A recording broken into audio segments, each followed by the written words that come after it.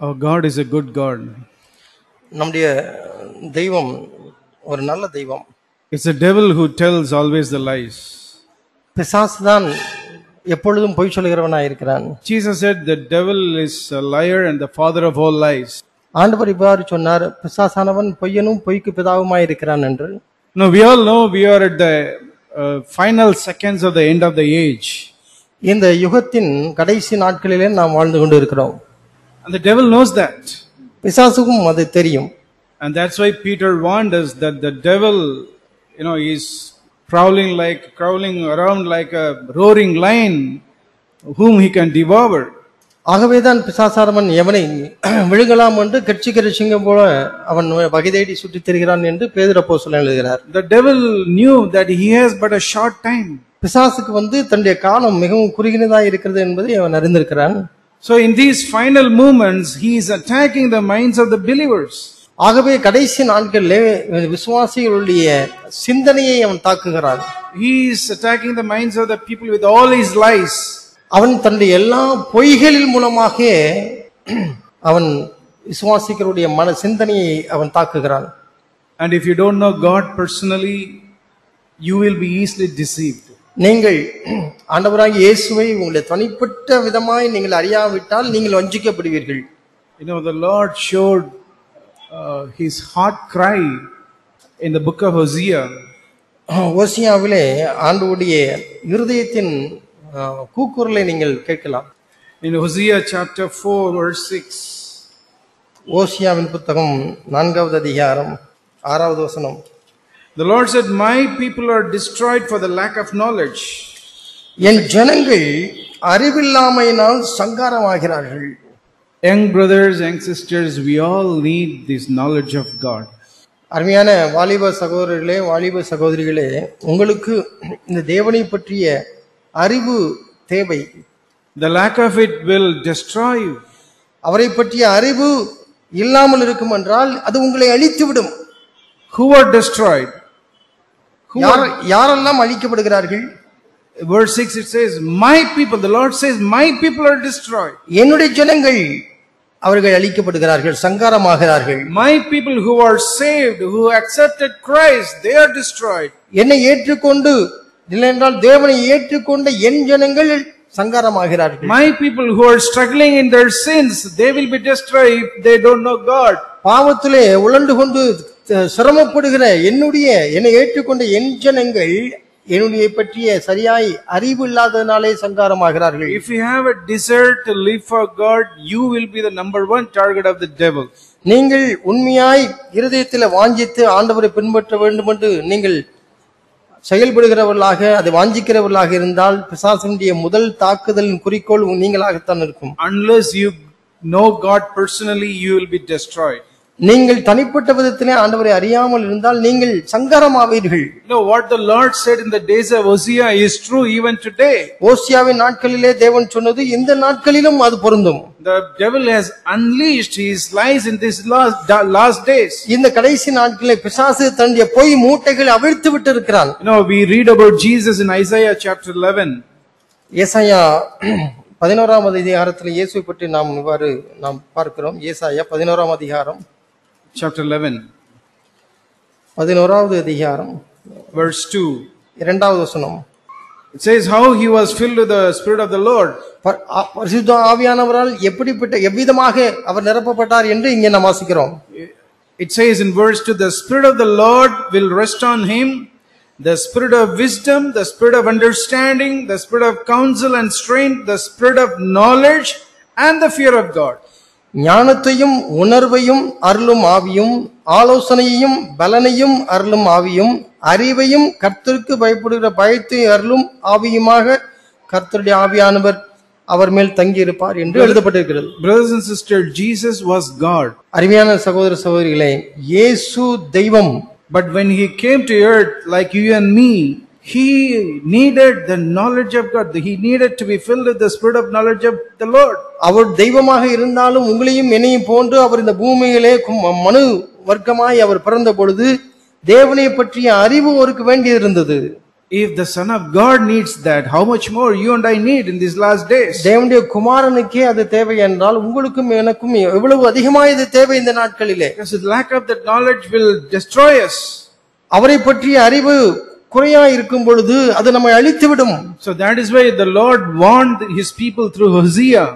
ஆகவே தான் ஓசியா மூலமாக தேவன் தம்முடைய ஜனங்களை எச்சரித்தார். So to withstand the attacks of the devil in these last days, we need two things. ஆகவே இந்த நாட்களிலும் பிசாசு கொடுக்கிற இந்த தாக்குதலுக்கு நாம் தாக்கு பிடித்து இருக்க வேண்டும் என்றால் இரண்டு அடிப்படை காரணங்கள் நமக்கு தேவையாக இருக்கிறது. One is the knowledge of God. முதலாவது தேவனை பற்றிய அறிவு. And second is the faith. இரண்டாவது விசுவாசம். You must believe what the Bible says about him. அவரை பற்றி வேதம் என்ன சொல்கிறதோ அதை நீங்கள் விசுவாசிக்க வேண்டும். Now we read in Hebrews 11. எபிரேயர் 11ஆம் அதிகாரத்தில் இவ்வாறு வாசிக்கிறோம். Hebrews 11 verse 6. எபிரேயர் 11ஆம் அதிகாரம் 6வது வசனம்.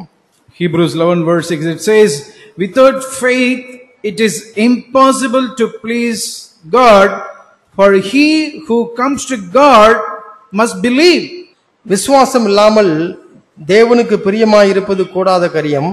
ஏனென்றால் தேவனிடத்தில் சேருகிறவன் அவரை விசுவாசிக்க வேண்டும். He must believe that he is God as revealed in the scriptures. தேவனிடத்தில் சேருகிறவன் அவர் உண்டென்றும் அவர் தம்மை தேடுவதற்கு பலன் அளிக்கிறவர் என்றும் விசுவாசிக்க வேண்டும். இதை இவ்வாறு சொல்லலாம், வேதத்தில் எழுதப்பட்டிருக்கிறபடியே அவர் இருக்கிறார் என்று விசுவாசிக்க வேண்டும். Only the Spirit of God can impart that knowledge. பரிசுத்த ஆவியானவர் தான் இந்த அறிவை நமக்கு கொடுக்க முடியும். Yeah, only he can give us the spirit of knowledge of God. தேவனை பற்றிய அறிவை அவருடைய ஆவியானவர் தான் நமக்கு கொடுக்க முடியும். You know, we read in Psalm 7. சங்கீதம் 7லே இவ்வாறு பார்க்கிறோம். சங்கீதம் 7, Psalm chapter 7 verse 11, it says, 7ஆம் அதிகாரம் 11வது வசனம். In the second part it says, God is angry with the wicked every day. அவர் நாள்தோறும் பாவியின் மேல் சினங்கொள்கிறார். All of you who are saved, you please answer this question to yourself. ரட்சிக்கப்பட்டிருக்கிறோம் என்று சொல்கிற எல்லாருமே இந்த கேள்விக்கு நீங்களே பதில் சொல்லி பாருங்கள். When you first came to Christ, நீங்கள் கிறிஸ்துவிடத்தில் முதலாவது வந்த பொழுது, confessing your sins, உங்களுடைய பாவங்களை அறிக்கையிட்டு நீங்க வந்த பொழுது, did the devil tell you that God is angry with you, that God will not accept you because you are such a rotten sinner? நீங்கள் இப்பேற்பட்ட பாவியாய் இருப்பதினால் ஆண்டவர் உங்களை ஏற்றுக்கொள்ள மாட்டார், ஆண்டவர் உங்களை பிரியமாய் இருக்க மாட்டார் என்று பிசாசு உங்களுக்கு சொன்னானா? I don't think you would have heard at that time when you first came to the Lord. ஒருவேளை நீங்கள் முதலாவது மனம் திரும்பின பொழுது அந்த சத்தத்தை நீங்கள் கேட்காமல் இருந்திருக்கலாம். You wholeheartedly believed that Lord will forgive you, the Lord will accept you. நீங்க ஏனென்றால் நீங்கள் முழு மனதாய் நீங்கள் அவரை விசுவாசித்தீர்கள், அவர் உங்களை ஏற்றுக்கொள்வார் என்று. You believed that God will forgive all your sins and he will make you his child. முழு எல்லா பாவங்களையும் அவர் மன்னித்து தம்முடைய பிள்ளையாய் அவர் ஏற்றுக்கொள்வார் என்று நீங்கள் விசுவாசித்தீர்கள். And it happened according to your faith. ஆனால் அப்பொழுது நீங்கள் விசுவாசத்தின்படியே உங்களுக்கு நடந்தது. But after accepting him as your savior and Lord, அவரை இரட்சகராகவும் ஆண்டவராகவும் ஏற்றுக்கொண்ட பின்பு you fell into some sin, some gross sin. நீங்கள் ஒரு பெரிய பாவத்தில் விழுந்தீர்கள். Probably you fell into some sexual sin.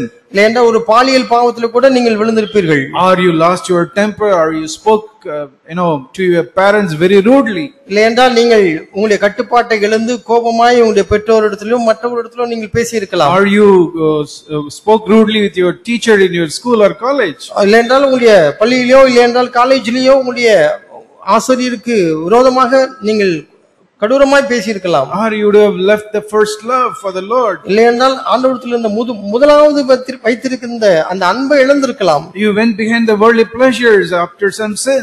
ஆகவே ஒருவேளை இந்த உலகத்தை பின்னால் சென்று ஏதாவது பாவத்தில் விழுந்திருக்கலாம். You are completely backslid. ஒருவேளை நீங்கள் முழுவதுமாய் பின்வாங்கி போயிருக்கலாம். And now you have a question in your heart. இப்பொழுது உங்களுடைய இதயத்தில் ஒரு கேள்வி எழும்புகிறது. Can I go to the Lord asking him for forgiveness? இப்பொழுது நான் ஆண்டவரிடத்தில் சென்று நான் மன்னிப்பு கேட்கலாமா? He has told me many times in the church that sexual sin is a serious sin. ஒருவேளை சபையிலே திரும்பமாக பாலியல் பாவம் மிகவும் கொடுமையானது என்று சபையிலே கேட்டிருக்கிறீர்கள். Anger is such a serious sin. கோபம் அவ்வளவு பெரிய பாவம் என்று கேட்டிருக்கிறீர்கள். And you knew what you have done is such a sin even before you did that. நீங்கள் அந்த பாவத்தை செய்வதற்கு முன்பாகவே நீங்கள் செய்த பாவம் எவ்வளவு கொடுமையானது என்பதை நீங்கள் அறிந்திருந்தீர்கள். Now you have a question, can I go to the Lord? இப்பொழுது உங்களுக்கு கேள்வி எழும்புகிறது, இப்போ நான் ஆண்டவரிடத்திலே போக முடியுமா? Will he accept me? என்னை இப்பொழுது ஏற்றுக்கொள்வாரா? Tell you, that is the time the devil is waiting to unleash his lies. ஆனால் அந்த சமயம்தான் பிசாசானவன் தன்னுடைய பொய் மூட்டைகளை வைத்துக் கொண்டு அதை அவிழ்த்து விடுவதற்கு தயாராயிருக்கிறான். Since you are not, familiar with promises of God, தேவனுடைய வாக்குத்தத்தங்கள் உங்களுக்கு பரிச்சயமா இல்லை, and so you don't have that faith. ஆகவே உங்களுக்கு இப்பொழுது ஒரு விசுவாசமும் இல்லை. You are in doubt whether the Lord will accept me if I go to him in repentance. இப்பொழுது நான் மனம் திரும்பி நான் ஆண்டவரிடத்திலே சென்றால் அவர் என்னை ஏற்றுக்கொள்வாரா ஏற்றுக்கொள்ள மாட்டாரா? Then the devil will shoot one lie. அப்பொழுது பிசாசானவன் ஒரு பொய்யை அவன் சொல்வான். He'll say, God is a holy God. தேவன் மகா பரிசுத்தமான கடவுள். He has told you many times in the church. சபையிலே எத்தனையோ முறை உன்னை எச்சரித்திருக்கிறார், And he has told you many times in the conference meetings. எத்தனையோ கான்ஃபரன்ஸ்ல ஆண்டவர் பேசி இருக்கிறார். That you should not indulge in such gross sins. இதை செய்யாதே, இதை செய்யக்கூடாது, இப்படிப்பட்ட பாவங்களை விடாதே என்று எத்தனையோ முறை எச்சரித்திருக்கிறார். In spite of that you have done that. இவைகள் எல்லாவற்றும் தெரிந்தும் இதை செய்திருக்கிறாய். This is not acceptable to God. இது ஆண்டவரால் ஏற்றுக்கொள்ள முடியாது. He won't forgive you. ஆண்டவர் உன்னை ஏற்றுக்கொள்ள மாட்டார், மன்னிக்க மாட்டார். There is no hope for you. உனக்கு நம்பிக்கையே இல்லை. This is the lie of the devil, brothers and sisters. அருமையான சகோதரர்களே, அருமையான சகோதரிகளே, இது பிசாசுடைய ஒரு முழு பொய். He tells these lies, to everybody. இந்த பொய்யை அவன் எல்லாருக்கும் சொல்வான். In the Old Testament there was a man, we all know about Job. யோபுவை குறித்து நாம் பழைய ஏற்பாட்டிலே நாம் அறிந்திருக்கிறோம். He was a righteous person before God. அவன் தேவனுக்கு முன்பாக ஒரு நீதிமானாய் இருந்தான், உத்தமமாய் நடந்தான். Yeah, he was a man with integrity in his heart. அவன் தன் இருதயத்திலே நேர்மையாய் உத்தமமாய் நடந்த ஒரு மனுஷன். And he was going through some suffering. அவன் ஒரு பாடுகளின் வழியாக அவன் கடந்து பொழுது, but the devil did not leave him either. அவனையும் பிசாசு விட்டு வைக்கவில்லை. The devil spoke through one of Job's friend Eliphaz. அவன் எலிஃபாஸ் மூலமாக யோபுவிடத்திலே பிசாசு பேசுகிறான். Now Eliphaz is like a brother in the church to Job. யோபு இருந்த சபையில் உள்ள ஒரு சகோதரன் என்று எடுத்துக்கொள்வோம். I want to show from book of Job chapter 4. யோபுவின் புத்தகத்திலிருந்து நான் உங்களுக்கு காட்டுகிறேன். யோபுவின் புத்தகம் 4வது அதிகாரம். Because I want to show the heart of God. தேவனுடைய இருதயம் எப்படி இருக்குது என்பதை உங்களுக்கு காட்ட heart of God. தேவனுடைய இருதயம் எப்படி இருக்குது என்று நீங்கள் பார்க்க வேண்டும். Chapter 4 verse 12 to 20. யோபுவின் புத்தகம் 4வது அதிகாரம் 12 முதல் 20 வரை. இப்பொழுதும் ஒரு வார்த்தை என்னிடத்தில் ரகசியமாய் அறிவிக்கப்பட்டது, அதனுடைய மெல்லிய ஓசை என் செவியில் விழுந்தது. மனுஷர் மேல் அயர்ந்த நித்திரை இறங்குகளில் தரிசனங்களில் பலவித தோற்றங்கள் உண்டாகும் போது திகிலும் நடுக்கமும் என்னை பிடித்தது, என் எலும்புகளெல்லாம் நடுங்கினது. அப்பொழுது ஒரு ஆவி என் முகத்துக்கு முன்பாக கடந்தது, என் உடலின் மயிர் சிலிர்த்தது. அது ஒரு உரு போல என் கண்களுக்கு முன் நின்றது. ஆனாலும் அதன் ரூபம் என்னதென்று விளங்கவில்லை. அமைதல் உண்டாயிற்று. அப்பொழுது நான் கேட்ட சத்தமாவது, மனுஷன் தேவனை பார்க்கிலும் நீதிமானாய் இருப்பானோ? மனுபுத்திரன் தன்னை உண்டாக்கினவரை பார்க்கிலும் சுத்தமாயிருப்பானோ? கேளும், அவர் தம்முடைய பணிவிடைக்காரரிடத்தில் நம்பிக்கை வைப்பதில்லை, தம்முடைய தூதரின் மேலும் புத்தியுனத்தை சுமத்துகிறாரே. புழுதியில் அஸ்திவாரம் போட்டு மண் வீடுகளில் வாசம் பண்ணி பொட்டுப்பூச்சியால் அரிக்கப்படுகிறவர்கள் மேல் அவர் நம்பிக்கை வைப்பது எப்படி? Okay. See, you can see here all the tricks and the lies of the devil. பிசாசு சொல்லுகிற அவ்வளவு தந்திரமான வார்த்தைகளை எல்லாம் இதிலே பார்க்கிறோம். The Eliphaz is speaking to Job as if he's got a revelation from God. தேவனிடத்திலிருந்து தான் ஒரு வெளிப்பாட்டை பெற்றது போல எலிபாசு யோபுவிடத்தில் பேசிக் கொண்டிருக்கிறார். He says, a word was brought to me secretly.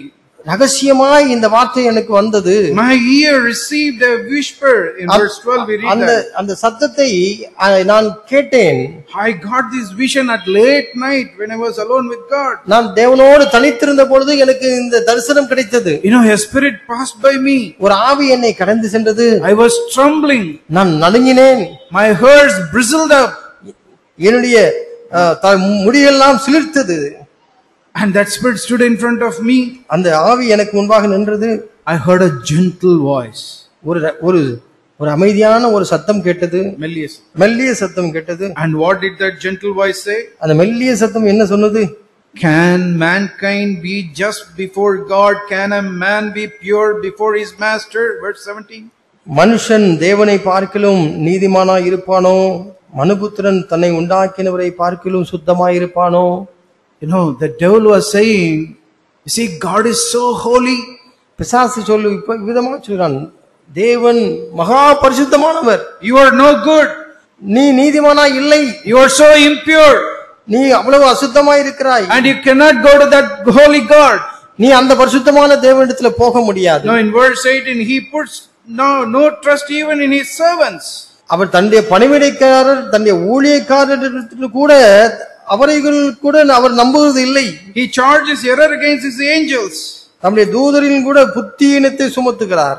இல்லையென்றால் அவர்களை கூட குற்றம் கண்டுபிடிக்கிறார். What a life from the devil, brothers and sisters. பிசாசு சொன்ன பொய்யை பாருங்கள். It is a complete misrepresentation of God. தேவனை எப்படி பிரதிபலிக்க கூடாதோ அப்படியே இதை பிரதிபலிக்கப்படுகிறது. No, Eliphaz spoke as if he is speaking for God. தேவனுடைய பால்சத்தில் இருந்து பேசுவதை போல இந்த எலிபாஸ் பேசுகிறான். But it's all lies, it's all the misrepresentation about God. ஆனால் அவன் பேசுவது எல்லாமே பொய். அவன் தேவன் எப்படி இருக்கிறாரோ அதுக்கு நேர் மாறாக அவன் சொல்லுகிறான். No, the devil did not stop there. ஆனால் பிசாசு அதோடு நிறுத்தவில்லை. He was relentless in his attacks towards Job. யோபுவின் தாக்குதலை அவன் விடாமல் தொடர்ந்து அவன் செய்கிறான். We read in Job 15, 15வது அதிகாரத்திலே, யோபு 15வது அதிகாரம் verse 11 to 16, 11 முதல் 16 வரை. Job 15 verse 11 to 16. யோபு 15வது அதிகாரம் 11 முதல் 16 வரை. தேவன் again, you know, Eliphaz is speaking. Eliphaz மறுபடியுமாக திரும்பவும் யோபுவிடத்தில் பேசுகிறார். The devil is attacking him. பிசாசு திரும்பமாக தன்னுடைய தாக்குதலை தொடர்கிறார். He is saying, God has comforted you many times and you have taken it so lightly. தேவன் அநேக முறை உன்னை ஆறுதல் படுத்தி இருக்கிறார், ஆனால் அதையெல்லாம் நீ அற்பமாய் எடுத்துக்கொண்டாய். You know how many times God has spoken to you so gently in the church and how many times you have neglected that. சபையிலே எத்தனை தடவை அவர் மெல்லிய சத்தத்திலே பேசி இருக்கிறார், நீ எத்தனை முறை அதை உதாசீனம் பண்ணி இருக்கிறாய். You don't value that. அதை நீ அற்பகாரியமா எடுத்துக்கொண்டாய். And you are always carried away by sin. உன் பாவத்தினாலேயே நீ அடித்து செல்லப்பட்டிருக்கிறாய். In verse 12 and 13 you have turned against God and have spoken words you should not have spoken. 12வது வசனத்திலே உம்முடைய இருதயம் உம்மை எங்கே கொண்டு போகுது, உம்முடைய கண்கள் நெரித்து பார்க்கிறது. Verse 13. 13வது வசனத்திலே தேவனுக்கு விரோதமாக உம்முடைய ஆவியை எழுப்பி உம்முடைய வாயிலிருந்து வசனங்களை புறப்பட பண்ணினீர். இல்லை என்றால் தேவனுக்கு விரோதமாக நீர் பேசினீர். Yeah, you have turned against God, you have spoken the words you should not have spoken. நீங்கள் எதை பேசக்கூடாதோ அதை தேவனுக்கு விரோதமாக நீர் பேசிவிட்டீர். And the devil is asking, who are you? Do you think that you can become pure again? நீ யார்? நீ தேவனை போல பரிசுத்தமாய் இருக்க முடியும் என்று நினைக்கிறாயோ? I don't think God will ever trust you. நான் ஒருபொழுதும் தேவன் உன்னை நம்புவார் என்று நினைக்கவில்லை என்று சொல்கிறார். You know what? God does not even, trust his holy ones. தம்முடைய பரிசுத்தவான்களை கூட அவர் நம்புகிறது இல்லை. Heavens are not pure in his eyes. வானங்களும் அவருக்கு முன்பாக உண்மையாய் நேர்மையாய் இல்லை, இல்லை என்றால் சுத்தமாய் இல்லை. And you are so detestable and corrupt. நீ எவ்வளவு அசுத்தமாயும் கரைபட்டவனாயும் இருக்கிறாய். You drink water like, in verse 16, you drink water like you drink iniquity like water. ஒரு அநியாயத்தை தண்ணீரை போல நீ குடிக்கிறாய். So God will not accept you. There is no hope for you. ஆகவே தேவன் உன்னை ஏற்றுக்கொள்ள மாட்டார். உன்னை குறித்து நம்பிக்கை இல்லை. Because you have stretched your hand against God. ஏனென்றால் தேவனுக்கு விரோதமாக நீ கை நீட்டி விட்டாய். And conducted arrogantly against the Almighty God. மகா வல்லமையுள்ள தேவனுக்கு முன்பாக நீ கடுமையாய் நடந்து கொண்டாய். verse 25. 25வது வசனத்தில் The second part. Because you have conducted arrogantly against the Almighty, சர்வ வல்லவருக்கு விரோதமாக Parakram பாராட்டினாய். and so distress and anguish will terrify you. ஆகவே இடுக்கமும் நெருக்கமும் உன்னை கலங்க பண்ணும். Since you have committed the sin knowingly, ஏனென்றால் நீ ஏற்கனவே தெரிந்தே அவைகளை செய்தபடியினால் God is angry with you. தேவன் உன்மேல் கோபமாயிருக்கிறார். You will not escape darkness. நீ இந்த இருளிலிருந்து தப்பிக்கவே முடியாது. His fire only will consume you. அவருடைய அக்கினி உன்னை பட்சிக்கும். That is what in verse 34 he was saying. 34வது வசனத்தில் அப்படித்தான் அதை சொல்கிறார். The fire consumes the tents of the corrupt. கரை பற்றிருக்கிறவர்களை அவருடைய அக்கினி ஜுவாலை அவர்களை பட்சிக்கும். You know, when the devil was speaking through Eliphaz like this, that Job believed all these lies. Eliphaz மூலமாக பிசாசான இவ்வளவு வார்த்தைகளையும் அவன் பேசிக்கொண்டே இருக்கிறான். யோபு இவைகளை எல்லாம் நம்புகிறான். You know what he said? அவன் யோபு என்ன சொல்கிறார் பாருங்கள். We read in chapter 19 verse 11. 19வது அதிகாரம் 11வது வசனம். He has also kindled his anger against me, our and considered me as his enemy. அவரும் தமது கோபத்தை என்மேல் எரிய பண்ணினார், என்னை தம்முடைய சத்துருக்களில் ஒருவனாக எண்ணிக் கொள்கிறார். And Job believed that everybody is hating him. எல்லோரும் அவனை பகைக்கிறார்கள் என்று யோபு நம்பினார். Verse 17 we read that my breath is offensive to my wife, and I am loathsome to my own brothers. 17ஆம் வசனத்திலே என்னுடைய சுவாசம் என் மனைவிக்கே அருவருப்பாய் இருக்கிறது, வேறுபட்டு இருக்கிறது, என் கற்பத்தின் பிள்ளைகளுக்காக பரிதபிக்கிறேன். இல்லை, சிறுபிள்ளைகளும் என்னை அசட்டை பண்ணுகிறார்கள். The devil made him to believe that everybody in the world is hating him.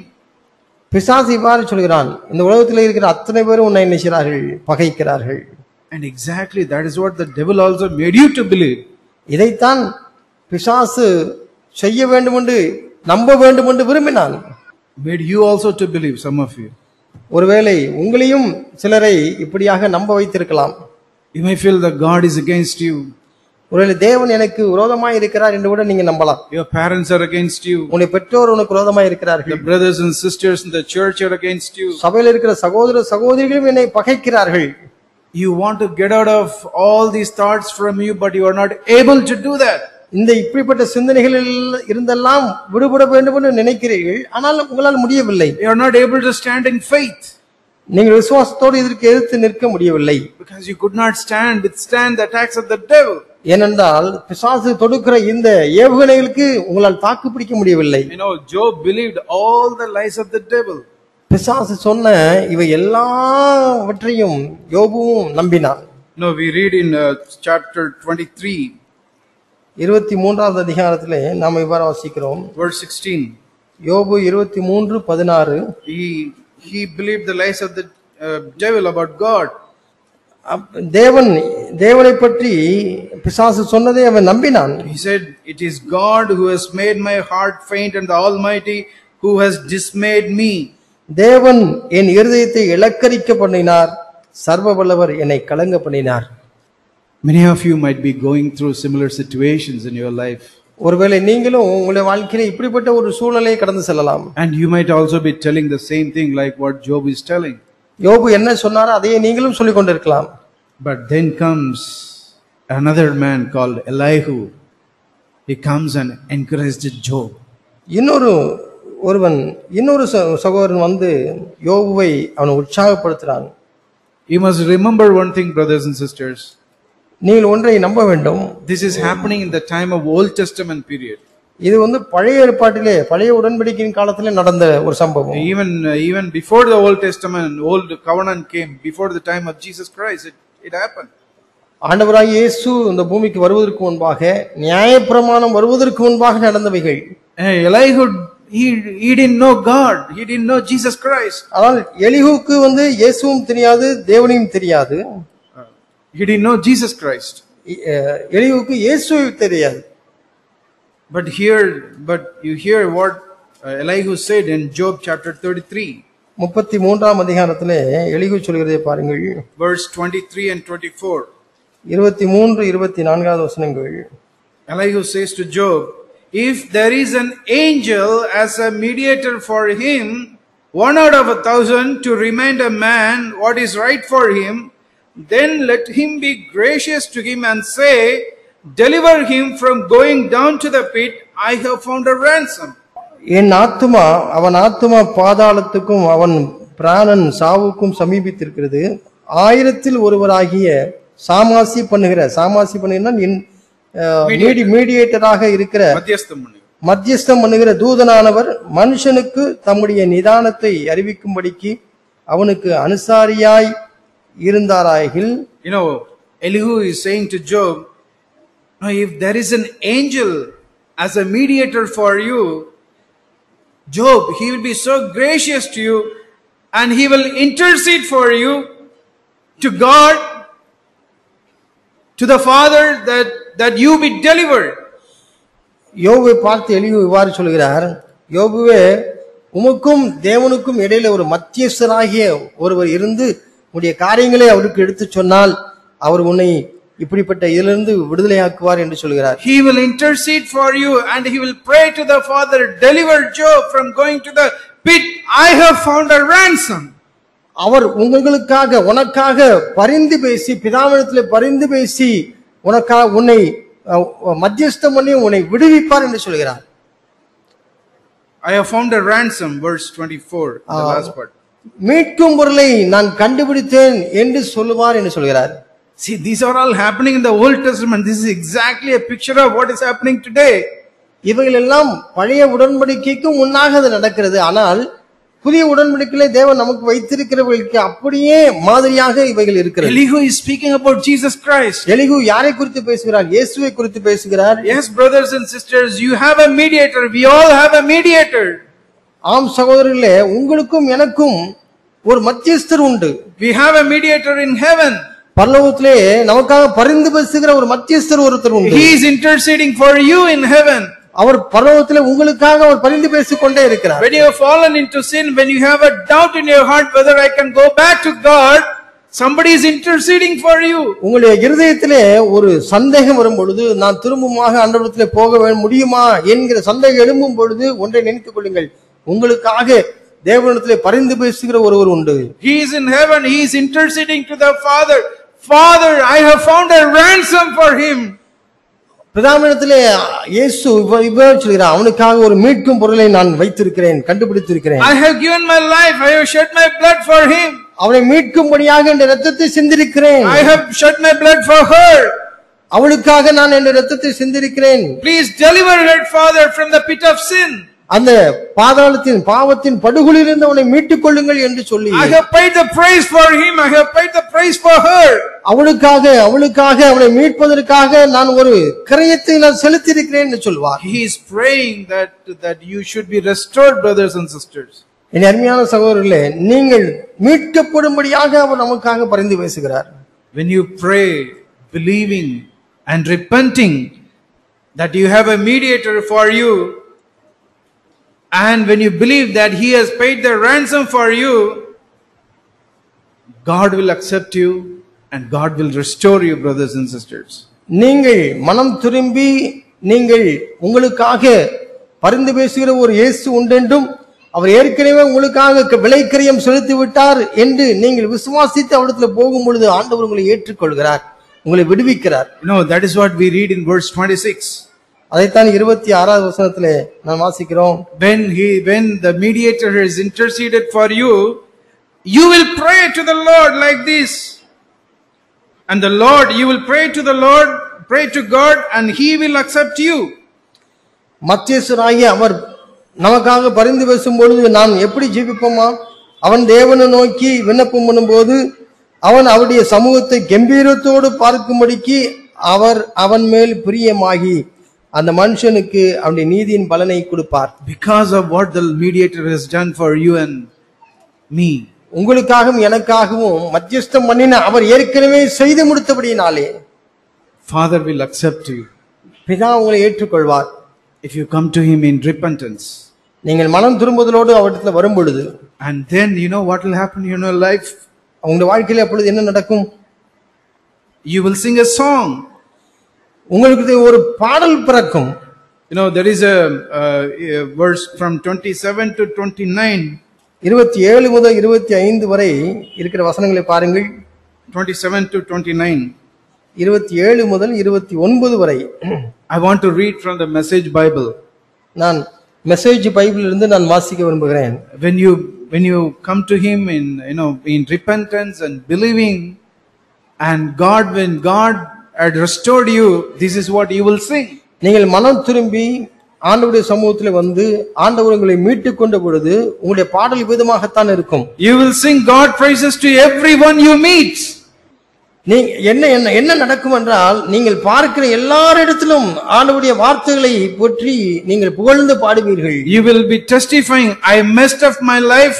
Let me tell you, it was not worth it, but God stepped in and saved me from certain death. I am alive again. Once more I see the light. உங்களுடைய சாட்சி எப்படி இருக்கும் என்றால், நான் விதமாக சொல்கிறேன், நான் என்னுடைய வாழ்க்கையவே நான் தொலைத்து விட்டேன், அதை நான் மிஸ் பண்ணி விட்டேன், இல்லை என்றால் குழப்பி விட்டேன். ஆனால் தேவன் உள்ளே இறங்கி என்னை நிச்சயமான மரணத்திலிருந்து என்னை விடுவித்தார். Once more I see the light.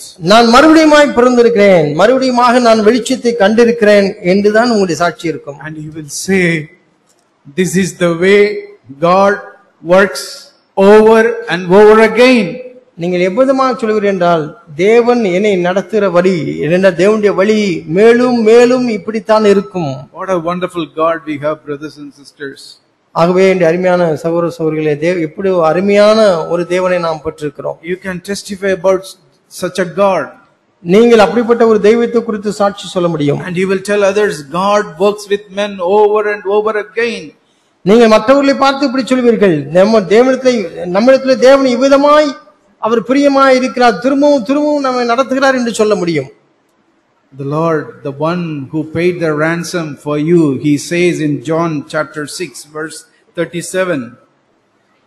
யோவான் 6:37 உங்களுக்காகவும் எனக்காகவும் தம்முடைய வாழ்க்கையை தம்முடைய இரத்தத்தையே கிரயமாக செலுத்தினவர் இவர் சொல்கிறார். யோவான் 6:37. The one who comes to me, I will certainly not cast out. Second part. The one who comes to me, I will not certainly cast. என்னிடத்தில் வருகிறவனை நான் புறம்பே தள்ளுகிறதில்லை. Do you think the Lord who asked us to forgive others for 490 times a day, do you think that God will not forgive you when you come to him in repentance and faith?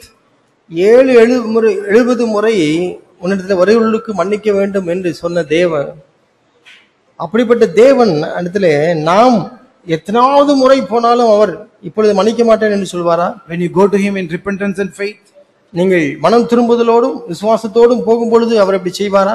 Even if you go to him in the 1000th time, the Lord will forgive you and accept you if you go to him in repentance and faith. நீங்கள் உண்மையான மனம் திரும்புதலோடும் விசுவாசத்தோடும் 1000வது முறை நீங்கள் போனாலும் ஆண்டவர் நிச்சயமாய் ஏற்றுக்கொள்வார். Even if there is a feeble cry in your heart, the Lord will set you free. உங்களிடத்திலே ஒரு அழுகையின் குரல் உங்களுடைய இருதயத்திலே இருக்கும் என்றால் ஆண்டவர் உங்களை விடுதலை பண்ணுவார். I can testify in my life, the Lord has done a similar thing, such a thing in my life again and again. என்னுடைய வாழ்க்கை குறித்து நான் அப்படி சாட்சி சொல்ல முடியும். திரும்பமாக என்னை அப்படியாய் அவர் ரட்சித்திருக்கிறார். He stepped into my life. என்னுடைய வாழ்க்கையில் அவர் குறுக்கிட்டார். And he delivered me.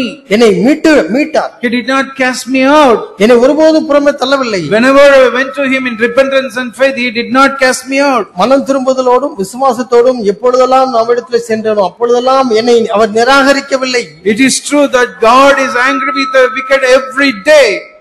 அவர் மேலும் மேலும் இவ்விதமாய் நடத்துகிறார் என்பது உண்மையாய் இருக்கிறது. God is angry with the wicked every day. தேவன் பாவி மேல் சினங்குலுகிறார், தினமும் சினங்குலுகிற தேவன் என்பது உண்மையாய் இருக்கலாம். Yes, God is a righteous God. ஏனென்றால் தேவன் நீதியான தேவனாய் இருக்கிறார். He has to forsake us for our sins.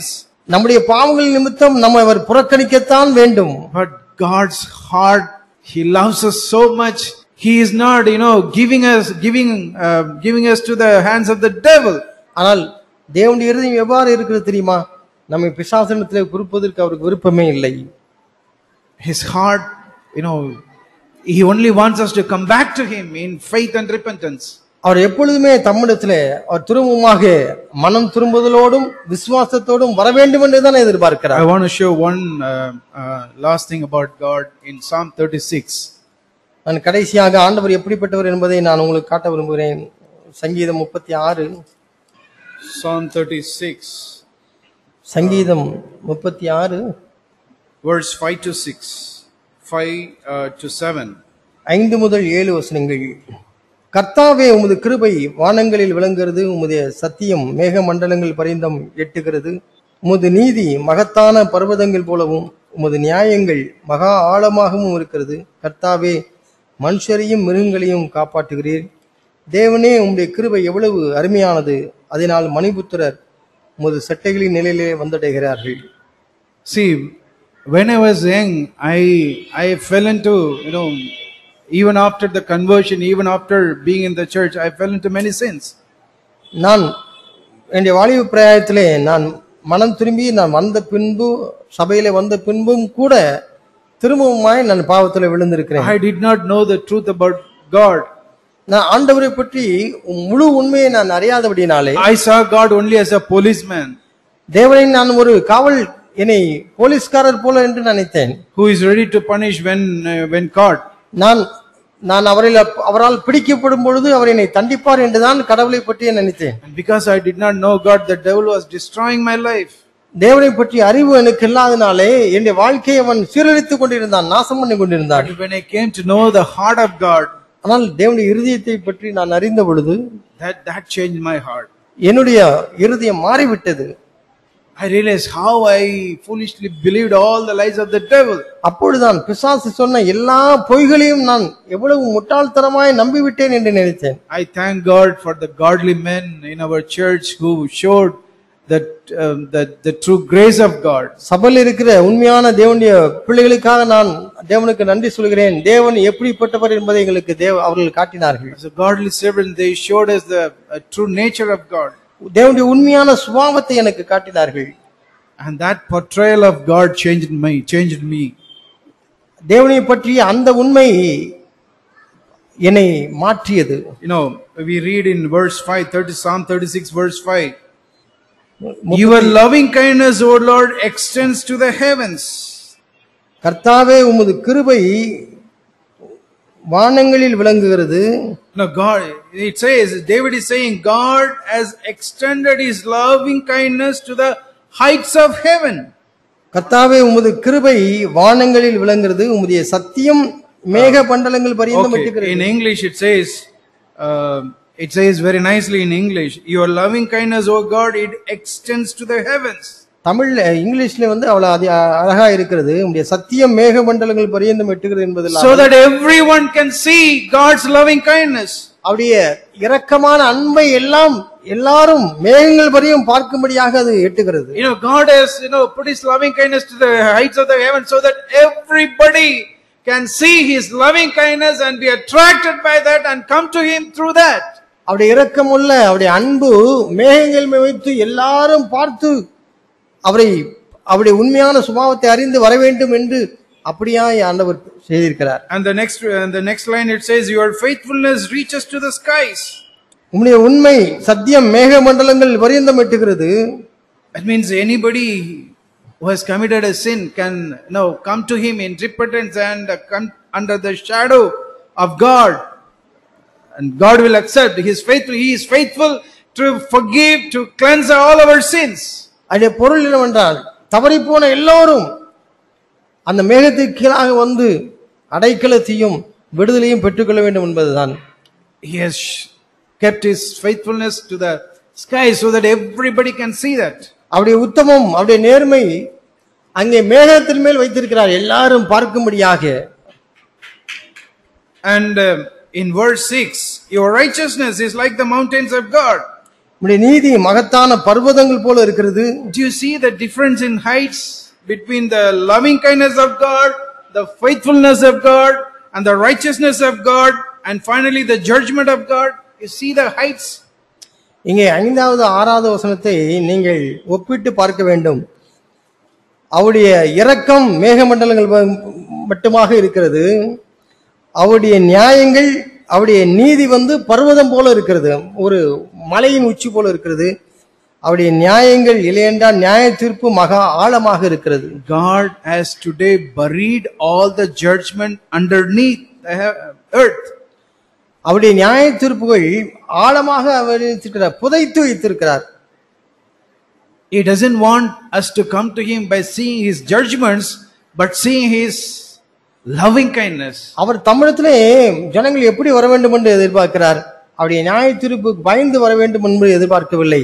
அவருடைய இரக்கத்தை பார்த்து வர வேண்டும் என்று, அவருடைய சுபாவத்தை, அவருடைய இரக்கத்தின் அன்பை பார்த்து வரும்படியாக வைத்திருக்கிறார். We believe that if only we are holy, the Lord will accept us. நாம் எப்படி நினைக்கிறோம், நாம் பரிசுத்தவான்களாய் இருந்தால்தான் ஆண்டவர் நம்மை ஏற்றுக்கொள்வார் என்று நினைக்கிறோம். But you know what the Lord is saying in Romans chapter 10? ஆனால் ரோமர் 10வது அதிகாரத்தில் ஆண்டவர் சொல்வதை நீங்கள் பாருங்கள். ரோமர் 10வது அதிகாரம். See that how the devil has blinded our eyes to see the truth about God. தேவனை பற்றிய உண்மையை நாம் காணாதிருக்கும்படியாக நம்முடைய கண்களை பிசாசானவன் குருடாக்கி இருக்கிறான். In verse 21, ரோமர் 10வது 21வது வசனம், he said, but as for Israel, he says, all the day long I have stretched out my hands to a disobedient and obstinate people.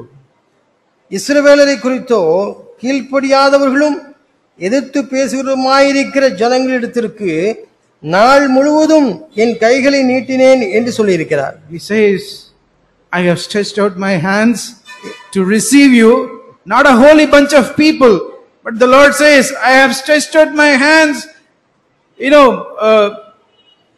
to the disobedient and obstinate people. யாருக்காக நான் என் கைகளை விரித்து வரும்படியாக காத்திருந்தேன் தெரியுமா? பரிசுத்தவான்கள் என்று அழைக்கப்படுவர்களுக்காக அல்ல, எனக்கு எதிர்த்து கீழ்ப்படியாதவர்களும் எதிர்த்து பேசுமாயிருந்த என் இஸ்ரவேல் ஜனங்களுக்காக நான் என் கைகளை விரித்து காத்திருந்தேன். This is our God, brothers and sisters. அருமையான சகோதர சகோதரிகளே, இதுதான் நாம் பின்பற்றுற நம்முடைய ஆண்டவர். If you are away from him, நீங்கள் அவரை விட்டு தூரமாயிருப்பீர்கள் என்றால், and if you have a desire to come back to him today, நீங்கள் ஆண்டவரிடத்தில் வர வேண்டும் என்கிற விருப்பம் இன்றைக்கு உங்களுக்கு இருக்கும் என்றால், in repentance and in faith, if you want to come back to him, மனம் திரும்புதலோடு விசுவாசத்தோடு அவரிடத்தில் வர வேண்டும் என்றால், the Lord has stretched out his hands. நீங்கள் அப்படி வருவீர்கள் என்றால், உங்களுக்கு நான் சொல்கிறேன், ஆண்டவர் தன்னுடைய விரிந்த கைகளோடு கைகளை நீட்டிக்கொண்டு உங்களுக்காக காத்திருக்கிறார். He is stretched out hands to accept you. உன்னை ஏற்றுக்கொள்வதற்காக தன்னுடைய கைகளை நீட்டியபடி அவர் இருக்கிறார். He will not cast you, my dear brother, my dear sister. உங்களை ஒருபோதும் அவர் வெளியே தள்ள மாட்டார். Come and take refuge at the shadow of him. அவரிடத்தில் அடைக்கலம் அடைந்து கொள்ளுங்கள். Because the Lord said to him that cometh unto me, I will no way cast him away. ஏனென்றால் என்னிடத்தில் வருகிறேன் நான் புறம்பே தள்ளுவதில்லை என்று ஆண்டவர் சொல்லி இருக்கிறார். I pray the Lord will give you the light, the truth about himself, and give you the knowledge of God. நான் இப்படியாய் விசுவாசிக்கிறேன், தேவன் இந்த நாளிலேயும் தேவனை பற்றிய அறிவை அவர் உங்களுக்கு வெளிப்படுத்துவார் என்று நான் விசுவாசிக்கிறேன். Not believing the lies of the devil. பிசாசுடைய பொய்களை விசுவாசிக்காமல் தம்மை பற்றிய அறிவை அவர் உங்களுக்கு தரபார் என்று நான் விசுவாசிக்கிறேன். Our God is a good God. நம்முடைய தேவன் நல்ல தேவன். Amen. ஆமென்.